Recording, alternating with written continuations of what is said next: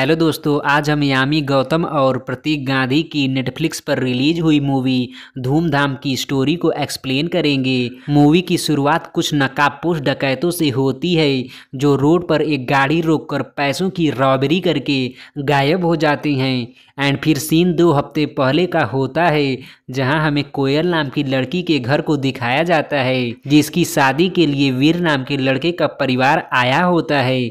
कोयल की तारीफ करते हुए उसके मम्मी पापा बताते हैं कि हमारी बेटी कोयल एकदम संस्कारी है। वो शाम के 7 बजते ही घर आ जाती है। टाइम से सोना, टाइम से जगना, सारे गुण हमारी कोयल में हैं। तभी वीर की माँ बताती हैं कि हमारा वीर भी कम नहीं है। जो अभी कुछ महीने पहले वीर ने 2 लड़कों की पिटाई की थी जो लड़कियों को छेड़ रहे थे। एंड फिर दोनों परिवार शादी के लिए राजी हो जाती हैं, जिस दौरान कोयल का पेट टूसी वहां आ जाता है जो आते ही वीर के पास जाकर गंदी हरकतें करने लगता है। तभी वहां पंडित जी और कोयल के मामा खुशवंत की एंट्री होती है। आगे पंडित जी वीर और कोयल की कुंडली मिलाकर बताते हैं कि कोयल और वीर के 33 गुण मिल रहे हैं, लेकिन शादी 2 हफ्ते में ही करनी पड़ेगी, नहीं तो 2.5 साल तक कोई शुभ मुहूर्त नहीं बनेगा। फिर क्या पंडित जी की बातों से दोनों परिवार के लोग 2 हफ्ते में शादी करने के लिए तैयारी करने लगते हैं। आगे कोयल और वीर का इंगेजमेंट हो जाता है, जिसके बाद वे दोनों शादी के लिए शॉपिंग करने लगते हैं। एक दिन जब वीर मॉल से कोयल के शगुन के बैग लेकर निकल रहा होता है कि तभी कोयल के मामा जी खुशवंत उससे मिल जाते हैं, जो काफ़ी घबराए हुए थे, और वीर से हालचाल लेकर वे देरी होने की बात कहकर वहां से निकल जाते हैं। एंड फिर सीन कोयल के घर का होता है जहां वीर कोयल के लिए शगुन के बैग में लिलीज लेकर जाता है। वहां वीर की मुलाकात कोयल की बहन कनिका से होती है। कनिका लिलीज देखकर वीर से बताती है कि कोयल को लिलीज बिल्कुल भी पसंद नहीं है। तभी टूसी वहां आ जाती है जो बैग को फर्श पर गिरा के लिलीज को खाने लगती है। एंड फिर सीन वीर और कोयल की शादी का होता है। धूमधाम से शादी होने के बाद कोयल और वीर हनीमून मनाने होटल जाते हैं। चूँकि वीर बहुत ही डिसेंट बंदा था, इसलिए वो फर्स्ट नाइट पर भी काफ़ी शर्मा रहा था। तभी कोयल को उसकी छोटी बहन पीहू का फ़ोन आता है जो बताती है कि टूसी ने 2 दिन से पोटी नहीं की है। आप जीजा जी से पूछकर बताओ कि उसे कौन सी दवाई देनी है। वहीं हमें पता चलता है कि वीर जानवरों का डॉक्टर है, जिस पर पीहू को डांटते हुए कोयल कहती है कि फर्स्ट नाइट पर यही सब पूछूंगी मैं क्या, और फ़ोन रख देती है। आगे वीर कोयल के करीब होने ही वाला था कि तभी डोरबेल बजती है और दरवाज़ा खोलते ही 2 लोग रूम में एंटर करते हैं। एंटर करते ही वो वीर से पूछते हैं कि चार्ली किधर है, जिस पर वीर कहता है कि मुझे किसी चार्ली के बारे में नहीं पता है। जिसे सुनकर वे लोग वीर के सर पर बंदूक तान देते हैं और यह सब देखकर कोयल एकदम से घबरा जाती है। आगे कोयल समझदारी दिखाते हुए गर्म पानी दोनों के ऊपर फेंक देती है और उनका गन उठाकर उन दोनों के ऊपर तानकर उन्हें रूम से बाहर करके दरवाजा लॉक कर देती है। एंड फिर कोयल और वीर अपनी बालकनी से दूसरे की बालकनी से होते हुए वहां से भागने लगते हैं।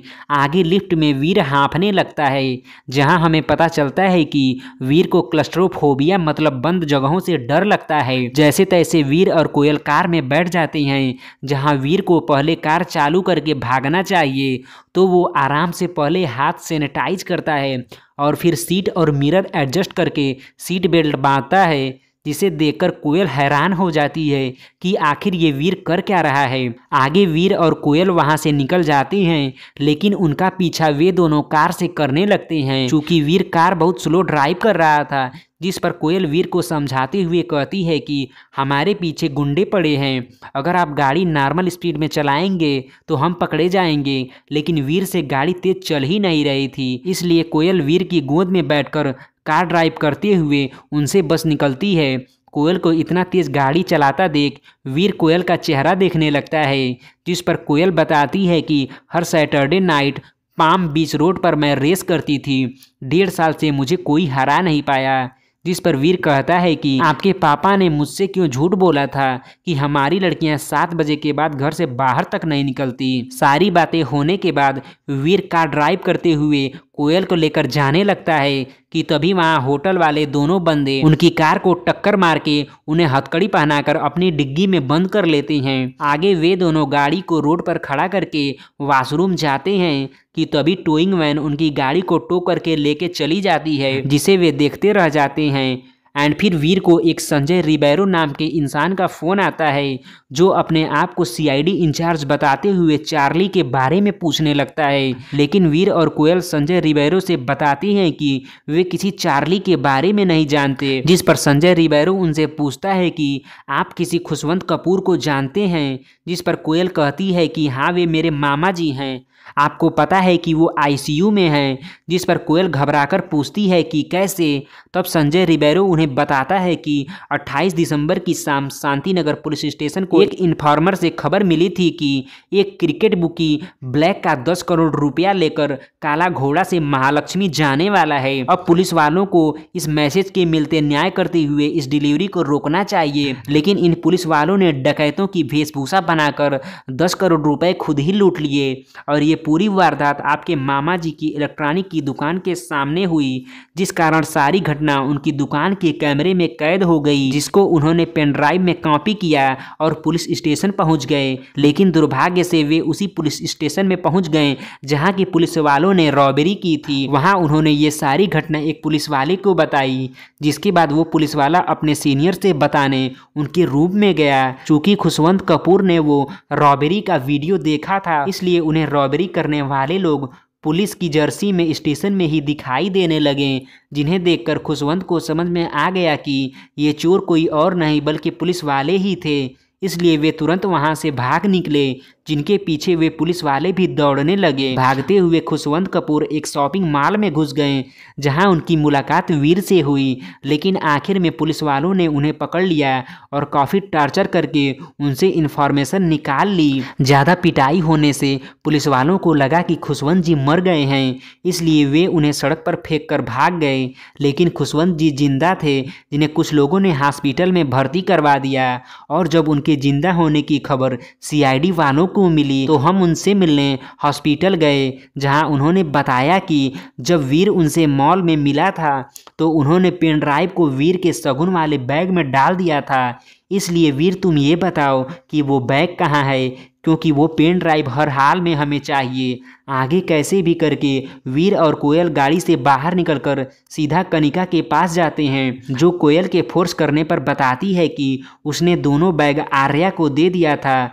जिसके बाद कोयल और वीर आर्या के घर जाते हैं, जहां वीर देखता है कि आर्या के घर में सारी तरफ कोयल की ही तस्वीरें लगी हुई है। तब कोयल उसे बताती है कि हम और आर्या बहुत पहले सीरियस रिलेशनशिप में थे, लेकिन अब नहीं, अब आर्या मेरी बहन को डेट कर रहा है। जिसे सुनकर वीर शॉक्ड हो जाता है। एंड फिर आर्या कोयल से कहता है कि कोयल, तू इस वीर के साथ जीवन नहीं बिता पाएगी, मैं तैयार हूँ तेरे बच्चों का बाप बनने के लिए। आर्या की ये बातें सुनकर कोयल उसे एक जोरदार किक मारकर वहाँ से निकल जाती है। बाहर निकलकर कोयल रोने लगती है, लेकिन वीर उसे समझाते हुए कहता है कि पहले हमें पेन ड्राइव ढूंढनी चाहिए, फिर हम सब मिलकर डिसाइड करेंगे कि इस शादी को आगे ले जाना है या डिवोर्स लेना है। पेन ड्राइव को खोजते खोजते वीर और कोयल एक दूसरे के काफ़ी करीब आ जाते हैं। तभी एक गाड़ी में गुंडे आते हैं, जो कोयल को किडनैप करके गाड़ी भगाते हुए वीर से कहते हैं कि पेन ड्राइव लेके टाइम पे विट्ठलवाड़ी आ जाना साढ़े। कोयल के किडनैप होने से वीर काफ़ी दुखी हो जाता है। तभी वे कार वाले दोनों बंदे वहां आते हैं, जो फर्स्ट नाइट से ही वीर और कोयल के पीछे पड़े थे। एंड फिर वीर उन्हें डंडे से मारते हुए कहता है कि तुमने मेरी पत्नी को किडनैप क्यों किया, जिस पर वे दोनों कहते हैं कि येड़ा है क्या, हमने किसी को किडनैप नहीं किया। तब वीर कहता है कि अगर तुम मेरी पत्नी को नहीं लाओगे तो मैं वो पेन ड्राइव सीआईडी के पास जरूर पहुंचा दूंगा। वीर की बातें सुनकर वे दोनों अपनी आईडी दिखाते हुए कहते हैं कि भाई, तूने भांग खाया है क्या, हम ही असली सीआईडी वाले हैं। जिस पर वीर का सर चकरा जाता है। तब वीर पूछता है कि वो संजय रिबेरो कौन है, जिस पर वे दोनों वीर को बताते हैं कि संजय रिबेरो शांतिनगर पुलिस थाने का इंचार्ज है, उसने ही पूरी रॉबरी की प्लानिंग की थी, असली सीआईडी हम हैं। जो संजय रिबेरो को पकड़ने निकले हैं। आगे वे दोनों वीर को बताते हैं कि संजय रिबेरो का पूरा थाना ही करप्ट है। इससे पहले भी हम 2 केस में उसे पकड़ने की कोशिश कर रहे थे, लेकिन प्रॉपर एविडेंस न होने से वो बच गया। इसलिए हमने थाने में एक इन्फॉर्मर बैठा रखा था, जिसने हमें बताया कि संजय रिबेरो ने ही डकैती को अंजाम दिया है। कोई खुशवंत नाम का आदमी है जिसके पास एविडेंस है। जिसके तुरंत बाद हम खुशवंत को पकड़ने मॉल पहुंचे, लेकिन तब तक संजय रिबेरो के लोग खुशवंत को लेकर उड़ गए। आगे उन्होंने खुशवंत को खूब पीटा और सारी इन्फॉर्मेशन लेकर खुशवंत की दुकान में जाकर उन्होंने हार्ड ड्राइव को डिस्ट्रॉय कर दिया। लेकिन चार्ली पेन ड्राइव वाला एविडेंस अभी भी बचा हुआ था, चूँकि हमने शांतिनगर पुलिस स्टेशन का टेलीफोन टैप कर रखा था, जहां हमें एक दिन बातचीत के दौरान पता चला कि कोई जोड़ा होटल में हनीमून मनाने गया है, उसी के पास चार्ली पेन ड्राइव है। तब से हम तुम्हारे पीछे घूम रहे हैं। आगे वीर सीआईडी को लेकर कोयल के घर जाता है, जहां उन्हें कोयल के घर का नौकर बताता है कि कुछ देर पहले 2 लोग आए थे जिन्होंने मुझे खूब पीटा और चार्ली को खोजते हुए पूरा घर तहस नहस कर दिया। तभी वीर के पास टूसी आकर फिर से वही पुरानी गंदी हरकत करने लगता है, जिसे हटाते हुए वीर को याद आता है कि उस दिन वो लिली को भर के उसी सगुन वाले बैग में लेकर गया था, जिस बैग की लिलीज को पूसी खा रहा था। इसका मतलब वो चार्ली नाम की पेन ड्राइव लिली के साथ पूसी के पेट में चली गई है। एंड फिर सारी बात वो सीआईडी को बताता है कि इसलिए 2 दिन से टूसी पोटी नहीं कर रहा है। एंड फिर वे टूसी का एक्सरे करते हैं, जिसमें उन्हें चार्ली दिखाई देता है। आगे सीआईडी वाले वीर के जेब में कैमरा पेन डालकर विट्ठलवाड़ी के फार्म हाउस में उसे भेजते हैं, जहां संजय रिबेरो ने कोयल और उसके मामा खुशवंत को कैद करके रखा था। वहां जाकर वीर संजय रिबेरो से कहता है कि चार्ली टूसी के पेट में है, ये उसकी एक्सरे रिपोर्ट है। आगे संजय रिबेरो वीर को खूब पीटता है और ज़्यादा बोलने के कारण कोयल को भी एक थप्पड़ मार देता है, जिसके बाद वीर पागलों की तरह संजय रिबेरो को पीटकर मार देता है। तभी वहां सीआईडी आ जाती है, जो सबको अरेस्ट कर लेती है। आगे वीर और कोयल सब कुछ भुलाकर एक हो जाते हैं। दूसरी तरफ टूसी के पोटी करने से सीआईडी वालों को चार्ली पेनड्राइव मिल गई थी। एक बार फिर से वीर और कोयल होटल में फर्स्ट नाइट मनाने जाते हैं, जहां एक दूसरे के करीब आते ही फिर से डोरबेल बजने लगती है और ये धूमधाम मूवी यहीं पर ख़त्म हो जाती है। धन्यवाद।